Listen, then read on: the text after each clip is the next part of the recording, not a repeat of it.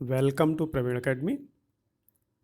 और Indian polity का ये हमारा 9th लेक्चर है। पिछले लेक्चर में हम लोगों ने मूल अधिकारों के बारे में आर्टिकल 30 तक पढ़ा हुआ था। इस लेक्चर में हम लोग आर्टिकल 31 से पढ़ेंगे। तो आइए देखते हैं आर्टिकल 31 क्या कहता है, और जिसमें संपत्ति के अधिकार के बारे में है। तो देखते हैं संपत्ति के अधिकार की वर्तमान स्थिति क्या है। पहले जो आर्टिकल 19(1)(f था और आर्टिकल 31, इन दोनों में संपत्ति के अधिकार प्रदान किए गए थे। 19(1)(f) में प्रत्येक नागरिक को संपत्ति को अधिग्रहण करने, उसको रखने की गारंटी थी। इसके अलावा जो आर्टिकल 31 था, उसमें प्रत्येक व्यक्ति को, चाहे वो नागरिक हो या फिर गैर नागरिक हो, अपनी संपत्ति को सुरक्षित रखने के खिलाफ अधिकार था उसको। लेकिन बाद में इन दोनों ही अधिकारों को समाप्त कर दिया गया। किसके माध्यम से? 44वां अमेंडमेंट 1978 आया और इसके माध्यम से जो भाग 3 में 19(1)(f) था और 31, इन दोनों को निरसित कर दिया गया। इसके अलावा क्या किया गया? जो संपत्ति का अधिकार था उसको भाग 12 में एक नया आर्टिकल 300A जोड़ दिया गया। इसके माध्यम से एक नया आर्टिकल बनाया गया और एक नई व्यवस्था दी गई। इसमें क्या किया गया कि अब इस अधिकार को, जो मूल अधिकार थे, उनको कानूनी अधिकार बना दिया गया। इसमें कहा गया कि कोई भी व्यक्ति कानून के बिना संपत्ति से वंचित नहीं किया जाएगा। तो इस तरीके से इनको, जो 19(1)(f) और 31 को समाप्त किया गया। इसके अलावा 31A, 31B और 31C बाद में संशोधन करके जोड़े गए। तो जो ये 300A बनाया गया, अब संपत्ति का अधिकार क्या किया गया? एक विधिक अधिकार हो गया। तो जब ये विधिक अधिकार हो गया तो इससे क्या फर्क पड़ेगा, इस बात के बारे में देखते हैं। पहले कौन सा अधिकार था? मूल अधिकार। अब ये विधिक अधिकार हो गया। तो विधिक अधिकार होने से क्या होगा कि जो संसद है, इसमें साधारण कानून की तरह कोई संविधान संशोधन की आवश्यकता नहीं होगी। साधारण कानून की तरीके से वो इसमें परिवर्तन कर सकती है। एक तो ये परिवर्तन आ जाएगा विधिक कानून बनने की वजह से। अब ये विधिक अधिकार हो गया तो विधिक अधिकार की वजह से ये परिवर्तन दिखाई देगा। दूसरा, जो ये परिवर्तन हुआ है, इसमें यह जो कार्यकारी क्रिया है, इसके खिलाफ निजी संपत्ति का संरक्षण प्रदान किया गया। लेकिन जो विधायी कार्य है, उसके खिलाफ संरक्षण नहीं मिलेगा। अगर संसद चाहे तो कोई भी कानून बनाकर निजी संपत्ति के संरक्षण का जो अधिकार है, इसमें परिवर्तन कर सकती है। तीसरा, विधिक अधिकार बनने से क्या हो जाएगा? मूल अधिकार से विधिक अधिकार में परिवर्तन से पहले जो पीड़ित व्यक्ति होता था, वो सीधे आर्टिकल 32 के तहत सुप्रीम कोर्ट जा सकता था। लेकिन अब जब विधिक अधिकार बन गया है तो वो सीधे सुप्रीम कोर्ट नहीं जा सकता है। हाँ, ये है कि वो 226 के तहत उच्च न्यायालय जा सकता है, लेकिन सुप्रीम कोर्ट नहीं जा सकता है। पहले इसमें क्या था? उसको गारंटी प्राप्त थी। किस बात की? कि हर्जाना मिलेगा। लेकिन अब ये विधिक अधिकार बन गया, इसलिए राज्य के द्वारा इस बात की गारंटी नहीं रही। तो इस तरीके से विधिक अधिकार बन जाने से कुछ समस्याएं उत्पन्न हो गई। लेकिन जो हमारा भाग 3 है, उसमें अब भी यह व्यवस्था है कि राज्य द्वारा निजी संपत्ति के अधिग्रहण पर हर्जाने का अधिकार होगा। लेकिन 2 मामले हैं। कौन सा? एक आर्टिकल 30 है, जिसमें अगर कोई अल्पसंख्यक शिक्षण संस्थान है, उसकी भूमि को राज्य अधिग्रहित कर लेता है तो राज्य को हर्जाना देना पड़ेगा। इसके अलावा दूसरी भूमि कौन सी है? जिस पे किसान अपनी फसल उगा रहा हो, अगर उसका राज्य के द्वारा अधिग्रहण किया जाता है तो उसमें भी राज्य को हर्जाना देना पड़ेगा। और ये किस में है? 31A में।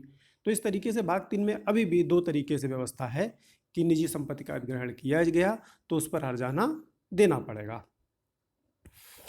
तो जो पहली व्यवस्था थी अल्पसंख्यक शैक्षणिक संस्थान की, इसको 44वें अमेंडमेंट 1978 के द्वारा जोड़ा गया था।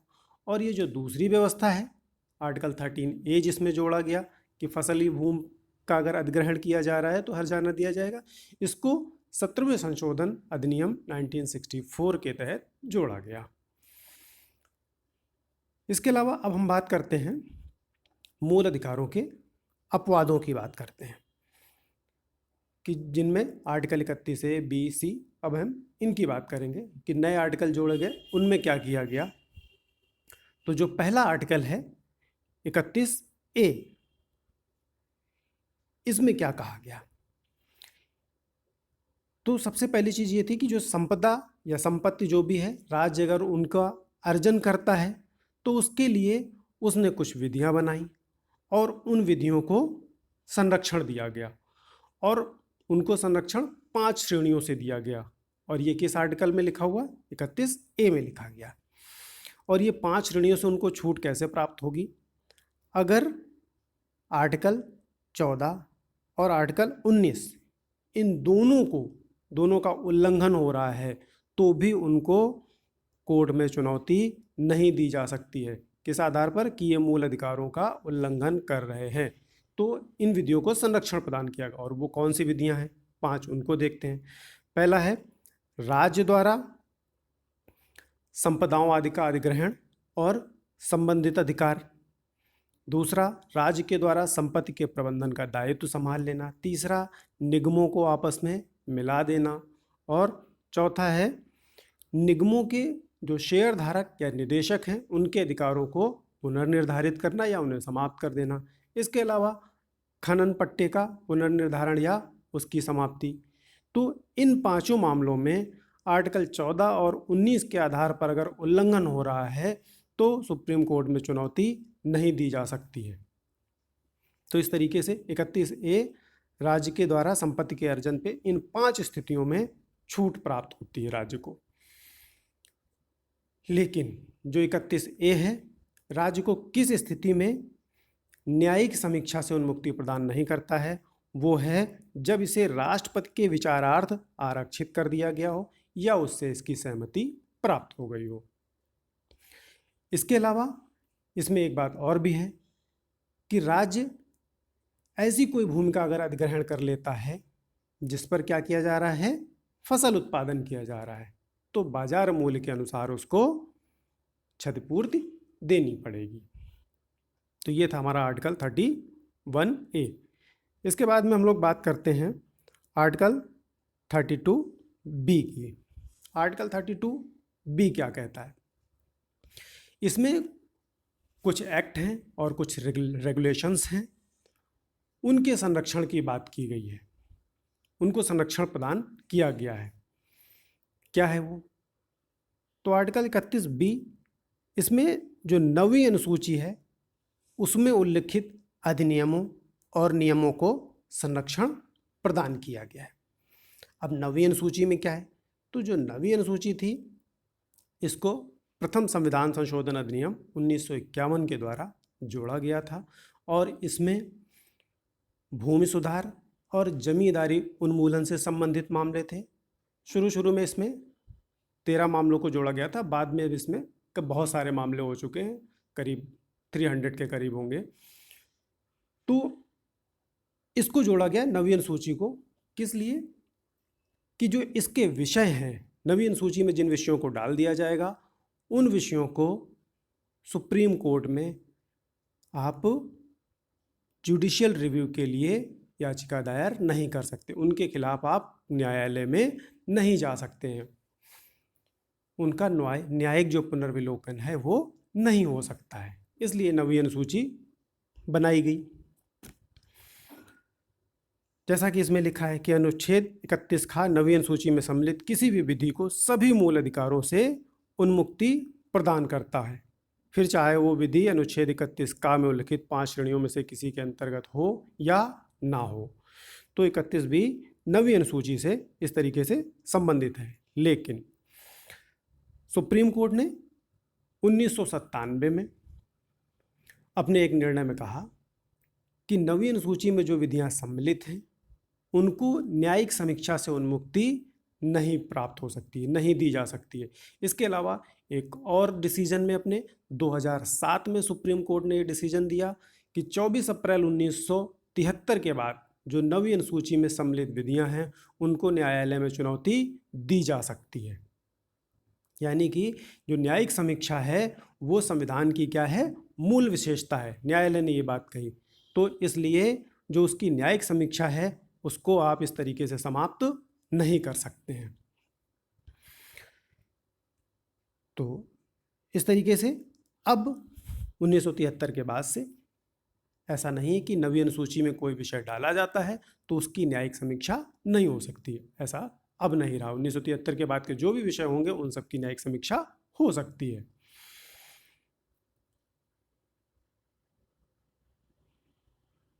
इसके अलावा अब हम लोग आर्टिकल 31C की बात करते हैं। बी समाप्त हुआ। 31C में क्या है, कुछ डायरेक्टिव प्रिंसिपल्स हैं। Directive principles of state policy, DPSP अर्थात राज्य के नीति निर्देशक तत्व, इनको प्रभावी करने वाली कुछ विधियां हैं, उनके संरक्षण की बात इसमें कही गई है। और इसको 25वां संविधान संशोधन अधिनियम 1971 के द्वारा जोड़ा गया और इसमें 2 उपबंध बनाए गए। अब वो 2 उपबंध कौन से हैं उनको देखते हैं। पहला उपबंध है कि कोई भी विधि जो अनुच्छेद 39B और 39C ये नीति निर्देशक तत्वों से संबंधित है, इनको प्रभावी करने के लिए है। इनको इस आधार पर शून्य नहीं माना जाएगा कि वो आर्टिकल 14 या 19 का उल्लंघन करती है। कोई विधि अगर जो है जो 39B और C को प्रभावी बनाने के लिए बनाई गई है, वो 14 या 19 का अगर उल्लंघन कर रही है तो भी शून्य नहीं मानी जाएगी। ये बात इसमें कही गई, अर्थात 39B और C को मूल अधिकारों पर प्रभावी बनाने की बात कही गई इसमें। इसके अलावा इसमें जो दूसरा उपबंध था 31C में, वो क्या था कि कोई भी विधि जो यह घोषणा करे कि या ऐसी नीति को प्रभावी करने हेतु उसे किसी भी न्यायालय में इस आधार पर चुनौती दी जा सकती है कि यह ऐसी नीति को प्रभावी नहीं करता है।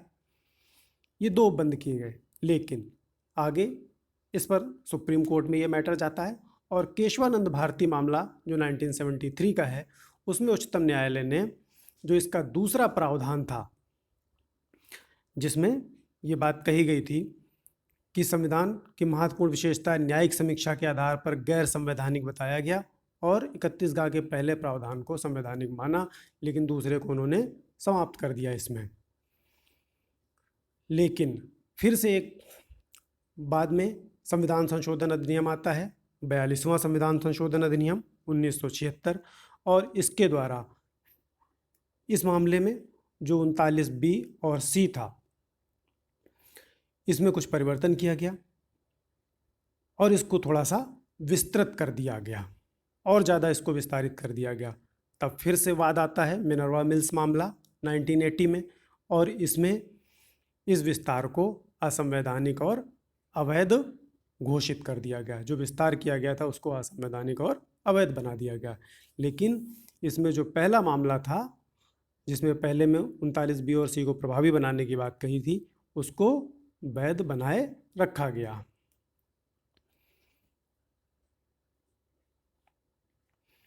तो इस तरीके से ये 31C समाप्त हो गया। इसके बाद में आर्टिकल 32 पे हम लोग चलते हैं, जिसमें संवैधानिक उपचारों का अधिकार है।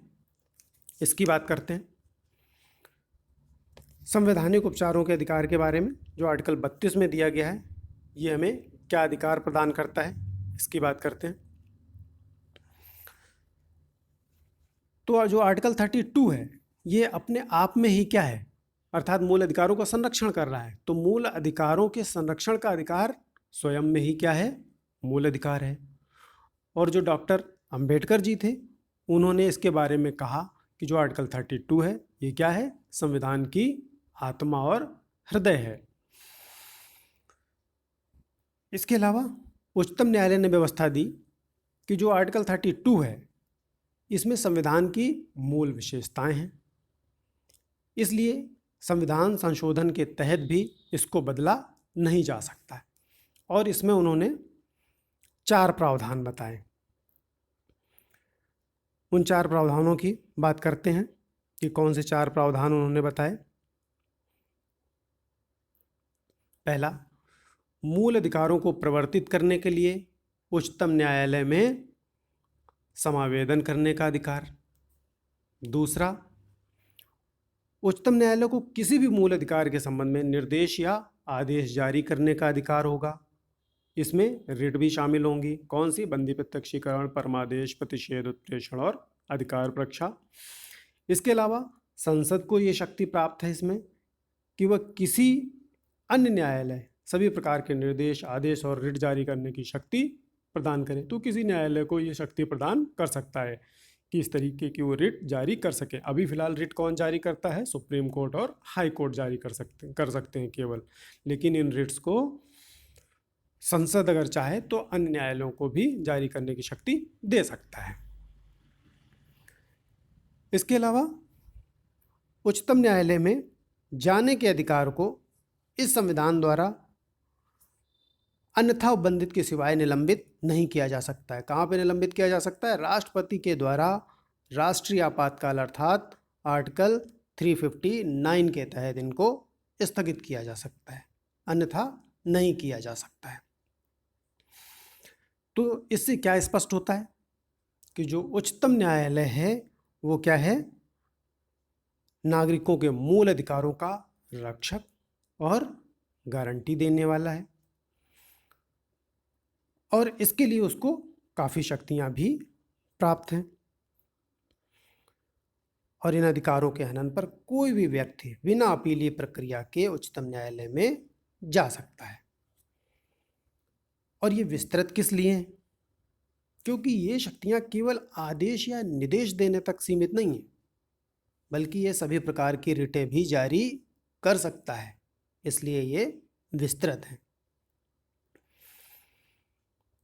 हालांकि जो संविधान का अनुच्छेद 32 है इसके अंतर्गत केवल मूल अधिकारों को ही गारंटी दी गई है। अन्य अधिकार जो गैर और मूल संवैधानिक हैं, असंवैधानिक अधिकार, लौकिक अधिकार, इनको नहीं दी गई है।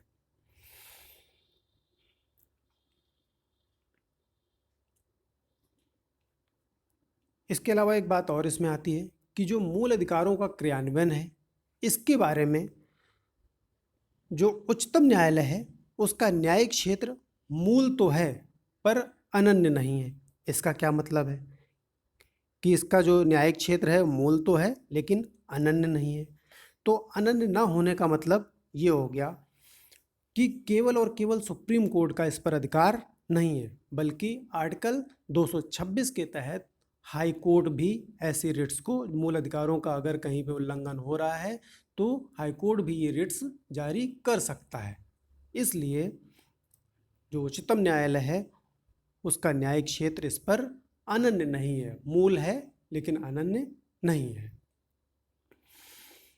इसके अलावा सुप्रीम कोर्ट ने एक व्यवस्था भी दी कि अगर किसी के मूल अधिकारों का हनन हो रहा है तो उसे जब आर्टिकल 226 के तहत उच्च न्यायालय जाने का विकल्प उपलब्ध है उसके पास, तो उसे पहले उच्च न्यायालय ही जाना चाहिए।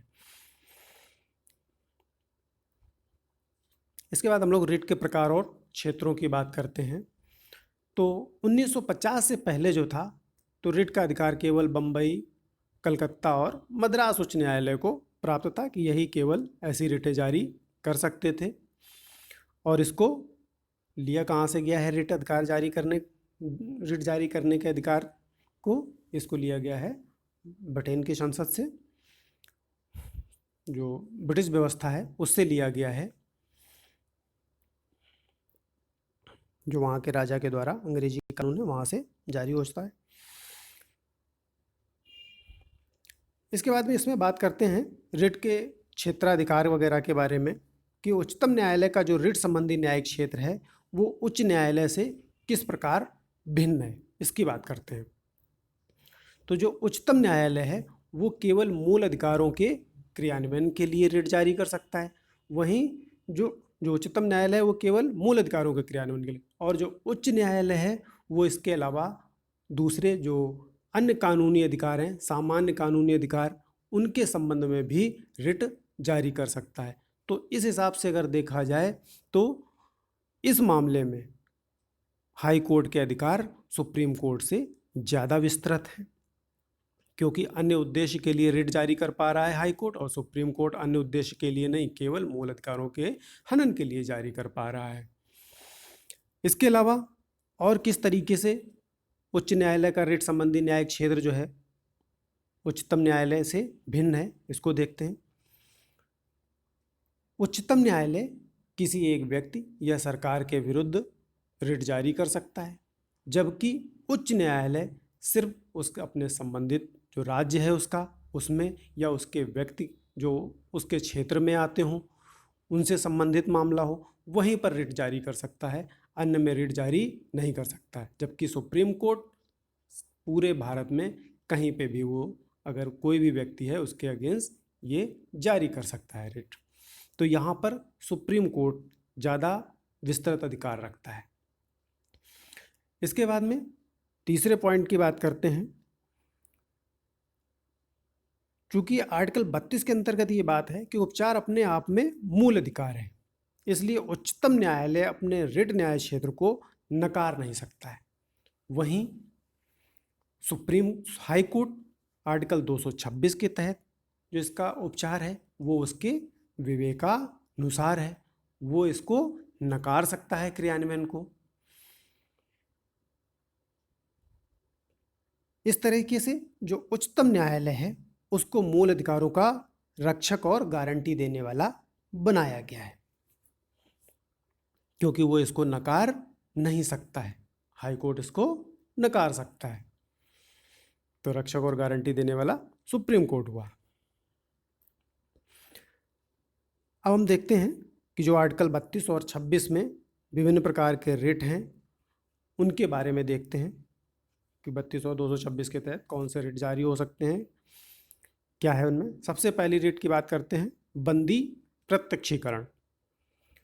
क्या है इसका इंग्लिश में भी पता रहना चाहिए, क्योंकि कभी कभी बंदी प्रत्यक्षीकरण ना लिख के सीधे हैबियस कॉर्पस लिखा रहता है।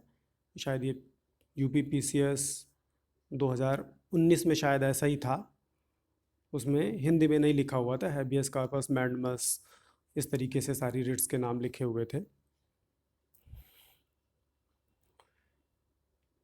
तो बंदी प्रत्यक्षीकरण की बात करते हैं, हैबियस कॉर्पस कहते हैं इसको इंग्लिश में। इसका मतलब क्या है, व्यक्ति को सशरीर प्रस्तुत करना। तो यह उस व्यक्ति के संबंध में न्यायालय द्वारा आदेश जारी आदेश है जिसे दूसरे के द्वारा हिरासत में रखा गया हो और उसको सामने प्रस्तुत करने के लिए कहा जाता है। हालांकि ये बात ध्यान रखनी होती है कि जो हिरासत है वो अवैध हो। अगर वो न्याय सम्मत हिरासत है, न्यायालय के द्वारा दी गई है, तो ये रिट जारी नहीं होगी। इसके अलावा जो बंदी प्रत्यक्षीकरण की रिट है वो किसके विरुद्ध जारी होगी, सार्वजनिक प्राधिकरण है या व्यक्तिगत, दोनों के खिलाफ जारी हो सकती है। और ये रिट जारी कब नहीं हो सकती है, अभी मैंने जैसे बताया था तो उसमें दिया है कि अगर हिरासत कानून सम्मत है या फिर कार्यवाही विधानमंडल या न्यायालय की अवमानना के तहत हुई हो, न्यायालय के द्वारा हिरासत दी गई हो और हिरासत न्यायालय के क्षेत्र से बाहर हुई हो, तो इन कंडीशन में यह रिट जारी नहीं किया जा सकता है। इसके बाद में दूसरी रिट की बात करते हैं, परमादेश। शाब्दिक अर्थ क्या है, हम आदेश देते हैं। तो सबसे पहले ये किसके विरुद्ध जारी किया जाता है, जो सार्वजनिक अधिकारी हैं उनके विरुद्ध जारी किया जाता है। और किस लिए जारी किया जाता है, उनसे ये पूछा जाता है कि जो उनका कार्य है उसको उन्होंने क्यों नहीं किया, क्यों नहीं कर रहे हैं, उसको नकारने के संबंध में पूछा जाता है। इसके अलावा और कहाँ कहाँ पे इसको जारी किया जा सकता है? कोई सार्वजनिक इकाई है, निगम है, अधीनस्थ न्यायालय है, प्राधिकरण है, या सरकार के खिलाफ इसी तरीके के किसी उद्देश्य के लिए जारी किया जा सकता है। अब ये किसके खिलाफ जारी नहीं किया जा सकता है, इसकी बात करते हैं। कोई निजी व्यक्ति है या इकाई है, या ऐसे विभाग जो गैर संवैधानिक हैं, या कोई ऐसा कर्तव्य जो विवेकानुसार हो, जरूरी नहीं है। इसके अलावा संविदात्मक कोई दायित्व है, वहाँ पे भी जारी नहीं किया जा सकता है। इसके अलावा राष्ट्रपति और राज्यपालों के विरुद्ध तथा उच्च न्यायालय के मुख्य न्यायाधीश जो न्यायिक क्षमता में कार्यरत हैं, उनके विरुद्ध भी इसको जारी नहीं किया जा सकता है। नेक्स्ट रेट है हमारी प्रतिषेध। मैंडमस की बात हो, परमादेश जो था उसको मैंडमस कहते हैं, उसको भी याद रखना है। तीसरी है हमारी प्रतिषेध, प्रोहिबिशन। इसका शाब्दिक अर्थ क्या है? रोकना। किसके खिलाफ जारी की जाती है? उच्च न्यायालय के द्वारा अधीनस्थ न्यायालयों या अधिकरणों के खिलाफ जारी की जा सकती है। किस लिए जारी की जाती है? कि वो अपनी क्षमता से उच्च न्यायिक कार्य को कर रहे होते हैं, उसको रोकने के लिए इसको जारी किया जाता है। इसके अलावा प्रतिषेध संबंधी जो रिट है वो सिर्फ न्यायिक और अर्ध न्यायिक प्राधिकरणों के विरुद्ध ही जारी किया जा सकता है।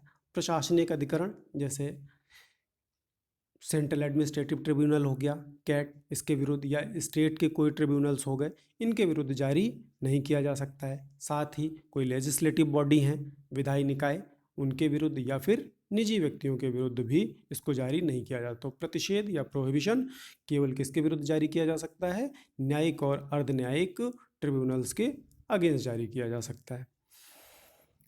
प्रतिषेध के बाद में बात करते हैं उत्प्रेषण की, सर्शियो रेराई, इसकी बात करते हैं। इसका शाब्दिक अर्थ है प्रमाणित करना। तो जो प्रतिषेध था ये क्या कर रहा था? जब जो उनका न्याय क्षेत्र है उससे ऊपर जाकर, जैसे कि संवैधानिक व्याख्या है, तो संविधान की व्याख्या करने का अधिकार लोअर कोर्ट्स के पास नहीं है, लेकिन अगर वो इसकी व्याख्या कर रहे हो तो यहाँ पे प्रतिषेध जारी किया जा सकता है। तो उसको रोकने के लिए था। वहीं उत्प्रेषण क्या है? इसमें से जो मामला इस कोर्ट में चल रहा था उसको रोका गया। रोकने के बाद में उसको अपर कोर्ट जो है, जैसे हाई कोर्ट या सुप्रीम कोर्ट, इसको ऊपर मंगा सकते हैं कि कार्रवाई रोक के इसको क्या किया जाए, ऊपर भेज दिया जाए। तो ये क्या हो गया? उत्प्रेषण हो गया। तो यानी कि वहाँ जो लंबित मामले हैं उनका सीधे स्थानांतरण ले लिया जाता है उत्प्रेषण के द्वारा। और इस रिट को किसके अगेंस्ट जारी किया जाता है? न्यायिक या अर्ध न्यायिक ट्रिब्यूनल्स, इसके अलावा जो प्रशासनिक प्राधिकरण हैं उनके खिलाफ भी जारी किया जा सकता है। पहले हालांकि न्याय जो प्रशासनिक प्राधिकरण थे उनके खिलाफ जारी नहीं किया जाता था, लेकिन बाद में सुप्रीम कोर्ट के वर्डिक्ट के द्वारा इसको जारी किया जाता है। प्रशासनिक न्याय जो प्राधिकरण है उनके खिलाफ भी। इसके अलावा जो जैसे प्रतिषेध था वैसे उत्प्रेषण भी, जो विधिक निकाय हैं, लेजिस्लेटिव बॉडीज़ हैं, कानून बनाने वाली, और निजी व्यक्ति, इनके विरुद्ध दोनों ही उपलब्ध नहीं है। कौन से? प्रतिषेध और उत्प्रेषण, इनके विरुद्ध जारी नहीं किया जा सकता है कि भाई ये कानून तुम क्यों बना रहे हो, लेजिस्लेटिव बॉडी है, आप ऐसा आदेश जारी नहीं कर सकते हैं। इसके बाद में अगली रेट पे चलते हैं, अधिकार प्रक्षा, को वारंटो, इसकी बात करते हैं। इसमें क्या होता है कि किसी व्यक्ति के द्वारा जो लोक कार्यालय है उसका अवैध तरीके से अधिग्रहण कर रखा गया हो, तो उससे पूछा जा सकता है कि भाई आप किस अधिकार से यहाँ पर कार्यरत हैं, उस सार्वजनिक कार्यालय में किस आधार पर आप इस पद को होल्ड कर रहे हैं। तो ये पूछा जा सकता है इसमें। तो ये होता है को वारंटो। हालांकि इसे जारी किसके द्वारा किया जाएगा? और कौन कर सकता है? इसे किसी भी इच्छुक व्यक्ति के द्वारा जारी किया जा सकता है, ना कि पीड़ित व्यक्ति के द्वारा। तो ये थी हमारी 5 रिटें। इसके बाद में अब हम चलते हैं आर्टिकल 33 पर, जो सशस्त्र बलों से संबंधित हैं, उनके मूल अधिकारों से संबंधित हैं। तो आर्टिकल 33 संसद को क्या अधिकार देता है?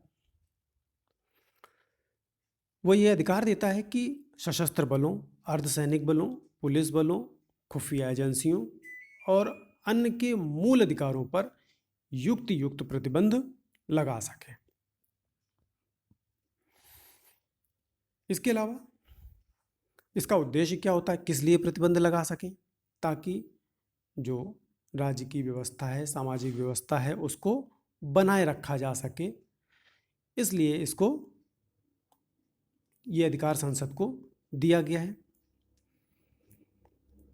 इसके अलावा एक बात और कि जो अनुच्छेद 33 है, ये विधि निर्माण का अधिकार किसको देता है? केवल संसद को देता है, ना कि राज्यों के विधानमंडलों को।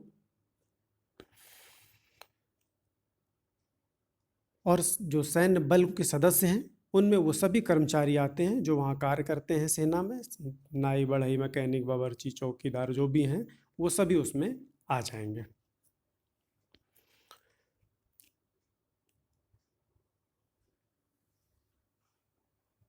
इसके अलावा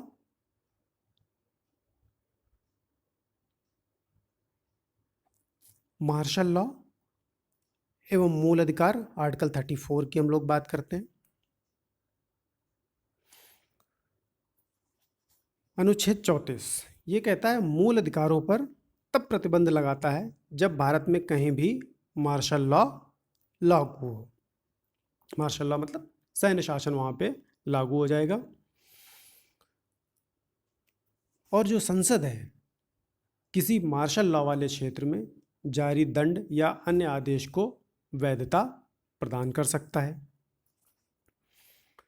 और संसद के द्वारा बनाए गए क्षतिपूर्त जो अधिनियम हैं, उनको किसी भी न्यायालय में केवल इस आधार पर चुनौती नहीं दी जा सकती है कि वह किसी मूल अधिकार का उल्लंघन है। हालांकि मार्शल लॉ की संविधान में व्याख्या नहीं की गई है, लेकिन मूल शब्द अभी शाब्दिक अर्थ की हमने बात की कि वो सैन्य शासन होता है। तो सैन्य शासन में क्या होगा कि जो सामान्य प्रशासन होगा वो सेना के कानूनों के तहत संचालित होने लगेगा। तो जो साधारण कानून होंगे वो क्या हो जाएंगे? निलंबित हो जाएंगे। और जितने सरकारी कार्य हैं वो सब सैन्य अधिकरणों के अधीन हो जाएंगे।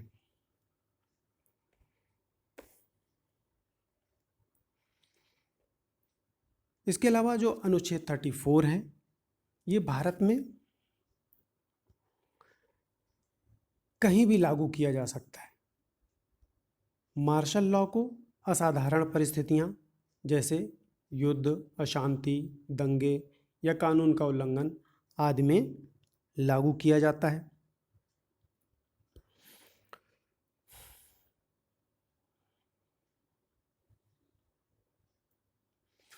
अगर हम इसके उद्देश्य की बात करें तो मैंने जैसा अभी पहले बात की कि समाज में व्यवस्था को बनाए रखना। जो मार्शल लॉ है उसका क्रियान्वयन के समय जो सैन्य प्रशासन होता है उसके पास जरूरी कदम उठाने के लिए असाधारण अधिकार होते हैं। इवन वो मृत्युदंड भी दे सकते हैं।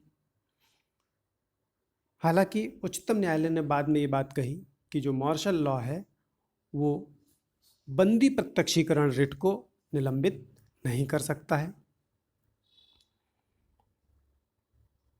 और आर्टिकल 34 आर्टिकल 352 के अंतर्गत जो राष्ट्रीय आपातकाल है उससे भिन्न है। इसको हम लोग अभी देखेंगे मार्शल लॉ और राष्ट्रीय आपातकाल में क्या अंतर है। पहले हम लोग आर्टिकल 35 डिस्कस कर लेते हैं, जिसमें कुछ मूल अधिकारों का प्रभाव दिया हुआ है। इसमें संसद को कुछ विशेष मूल अधिकारों को प्रभावी बनाने के लिए कानून बनाने की शक्ति प्रदान की गई है। हालांकि यह शक्ति राज्य विधानमंडलों को नहीं प्रदान की गई है। तो अनुच्छेद 35 क्या व्यवस्था करता है उसकी बात करते हैं। संसद के पास में ये व्यवस्था होगी, संसद कानून बना सकता है, राज्य विधानमंडल नहीं। क्या कानून संसद के पास, क्या अधिकार है संसद के पास, उसकी बात करते हैं। तो किसी राज्य केंद्र शासित या स्थानीय अन्य प्राधिकरण में किसी रोजगार की नियुक्ति के लिए निवास की व्यवस्था करना, जैसा कि आर्टिकल 16 में निवास संबंधी योग्यता लगाई गई जॉब वगैरह के लिए। तो एक ये व्यवस्था कौन दे सकता है? संसद दे सकता है। उसके पास इसके अगेंस्ट अधिकार हैं कि वो ऐसे कानून बना सके, निवास संबंधी जो है शर्त को लागू कर सके। इसके अलावा आर्टिकल 32 के बारे में, जो मूल अधिकारों का क्रियान्वयन है उसके लिए निर्देश, आदेश या रिट जारी करने के लिए उच्चतम न्यायालय और उच्च न्यायालयों को छोड़कर अन्य न्यायालयों को सशक्त बनाना, जिसकी बात हम लोग पहले कर चुके हैं अभी। वहीं एक और अधिकार है सशस्त्र बलों, पुलिस बलों आदि के सदस्यों के मूल अधिकारों पर प्रतिबंध लगाने का अधिकार, ये भी संसद के पास में है। और इसके अलावा जो सरकारी कर्मचारी या अन्य व्यक्ति को मार्शल लॉ के दौरान किसी कृत्य के लिए क्षतिपूर्ति देना, इससे संबंधित अधिकार भी संसद के पास में है। और कौन से संसद के पास में मूल अधिकारों को दंडित करने के लिए कानून बनाने का अधिकार है, और उसमें कौन से शामिल हैं? अस्पृश्यता, जो आर्टिकल 17 है, इस पर कानून संसद बना सकती है, राज्य नहीं बना सकता है।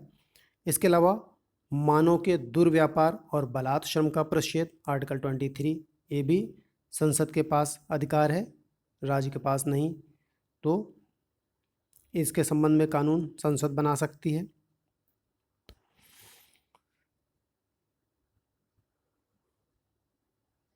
तो ये हमारा आर्टिकल 35 कंप्लीट हो गया। अब हम लोग मार्शल लॉ और राष्ट्रीय आपातकाल में अंतर को देख लेते हैं कि इसमें क्या अंतर होता है। मार्शल लॉ या सैन्य कानून या सिर्फ मूल अधिकारों को प्रभावित करता है।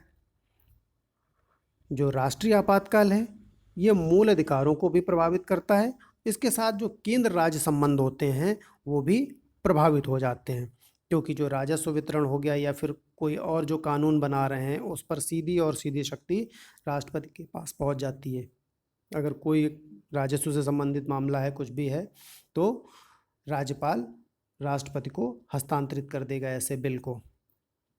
तो केंद्र और राज्य संबंध प्रभावित हो जाते हैं, राज्य की शक्तियां ऐसे समय में कमज़ोर हो जाती हैं। इसके अलावा दूसरा है सरकार और साधारण कानूनी न्यायालयों को निलंबित कर सकता है। कौन? Martial law. वहीं राष्ट्रीय आपातकाल में सरकार और सामान्य कानूनी न्याय प्रभावित नहीं होते हैं, ये दोनों ही जारी रहते हैं। तीसरा है कानून एवं व्यवस्था के भंग होने पर दोबारा इसको निर्धारित किया जाता है कि यहाँ पे मार्शल लॉ लगाना है या नहीं लगाना है। जबकि जो राष्ट्रीय आपातकाल है सिर्फ 3 आधारों पर लागू होता है: युद्ध, बाहरी आक्रमण या फिर सशस्त्र विद्रोह। चौथा अंतर क्या है?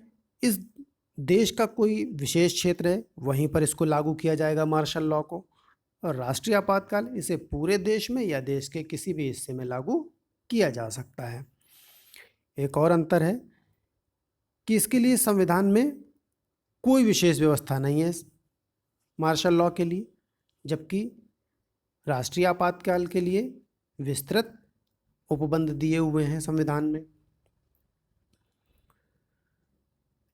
इस तरीके से ये अंतर हमारा हो गया मार्शल लॉ और राष्ट्रीय आपातकाल में। अब कुछ आधारों पर मूल अधिकारों की आलोचना की जाती है, उसको भी देख लेते हैं कि किन आधारों पर मूल अधिकारों की आलोचना की जाती है।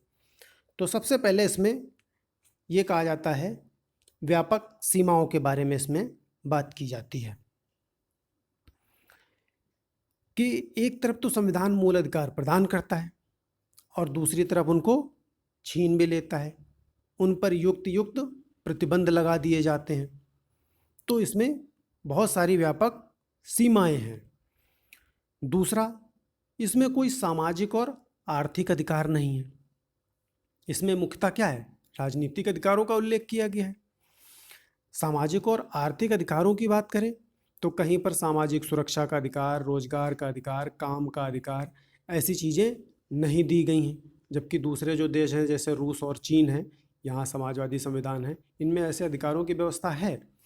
तो इस आधार पर इसमें ये कहा जा सकता है कि ये इसकी आलोचना है कि इसमें कोई सामाजिक और आर्थिक अधिकार नहीं है। तीसरी पॉइंट की बात करते हैं, स्पष्टता का अभाव। स्पष्टता का अभाव कैसे है? संसद जब चाहे इसमें कटौती कर सकती है, वो इसे समाप्त भी कर सकती है। तो इस तरीके से इसमें स्पष्टता के अभाव की मैं बात कर रहा था, ये स्थायित्व की बात थी।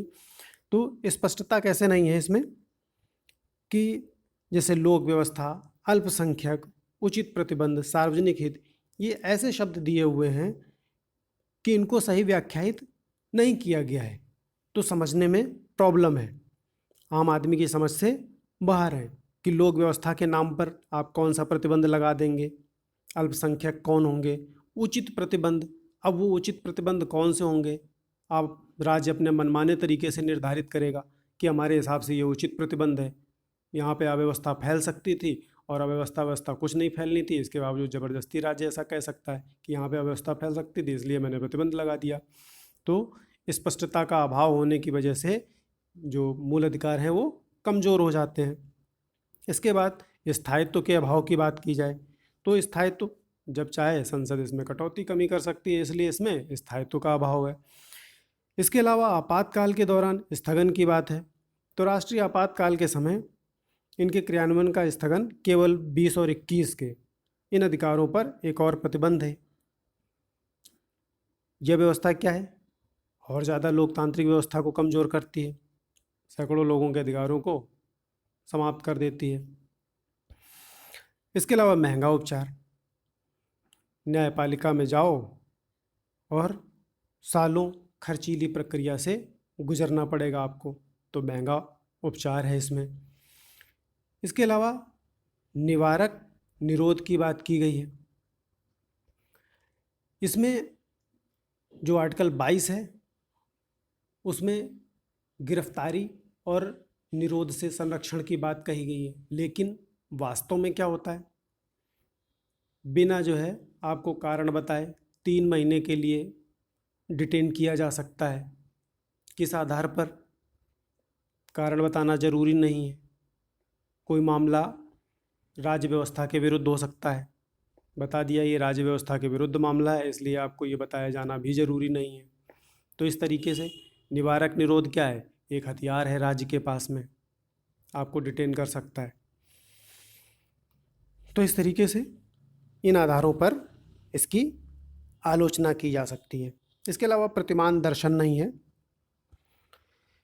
तो आइवर जेनिंग्स हैं, उन्होंने इस बारे में कहा कि मूल अधिकारों को किसी प्रतिमान दर्शन के आधार पर घोषित नहीं किया गया है। तो ये उच्चतम न्यायालय और उच्च न्यायालयों के लिए मूल अधिकारों की व्याख्या में कठिनाई उत्पन्न करते हैं। तो ये तो थी इसकी आलोचना। अब इसके बाद हम इसके महत्व की बात करते हैं कि इनका महत्व क्या है। तो ये लोकतांत्रिक व्यवस्था को बनाते हैं, भौतिक और नैतिक सुरक्षा के लिए आवश्यक हैं, ये व्यक्तिगत स्वतंत्रता प्रदान करते हैं, विधि के शासन की स्थापना करते हैं, अल्पसंख्यकों और समाज के कमज़ोर वर्गों के हितों की रक्षा करते हैं। इसके अलावा भारतीय राज्य जो है उसकी धर्मनिरपेक्ष छवि को मजबूत करते हैं, साथ ही शासन पर नियंत्रण लगाते हैं, सामाजिक समानता, सामाजिक न्याय की आधारशिला रखते हैं, व्यक्तिगत सम्मान को बनाए रखने का प्रयास करते हैं और राजनीतिक तथा प्रशासनिक प्रणाली में भाग लेने का अवसर भी देते हैं। तो इस तरीके से ये महत्वपूर्ण भी हैं।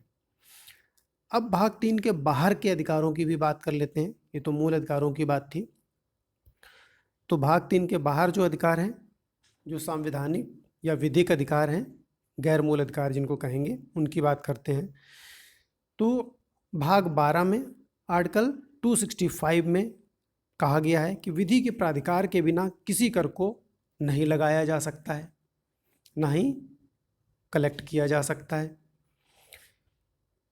इसके अलावा भाग 13 में 300A में संपत्ति का जो अधिकार है कि व्यक्तियों को विधिक प्राधिकार के बिना संपत्ति से वंचित नहीं किया जाएगा, ये प्रदान किया गया है। वहीं आर्टिकल 301 में देश में कहीं पर भी व्यापार वाणिज्य समागम की स्वतंत्रता प्रदान की गई है। और आर्टिकल 326 में सभी को वयस्क मताधिकार प्रदान किया गया है लोकसभा और राज्य विधानसभाओं के चुनाव के लिए। भाग 15 में तो इस तरीके से ये हमने देखा मूल अधिकारों के बारे में, और हमारा मूल अधिकार का जो पार्ट है ये यहाँ पे समाप्त हुआ। नेक्स्ट वीडियो में हम लोग राज्य के नीति निर्देशक सिद्धांतों के बारे में पढ़ेंगे। Thank you.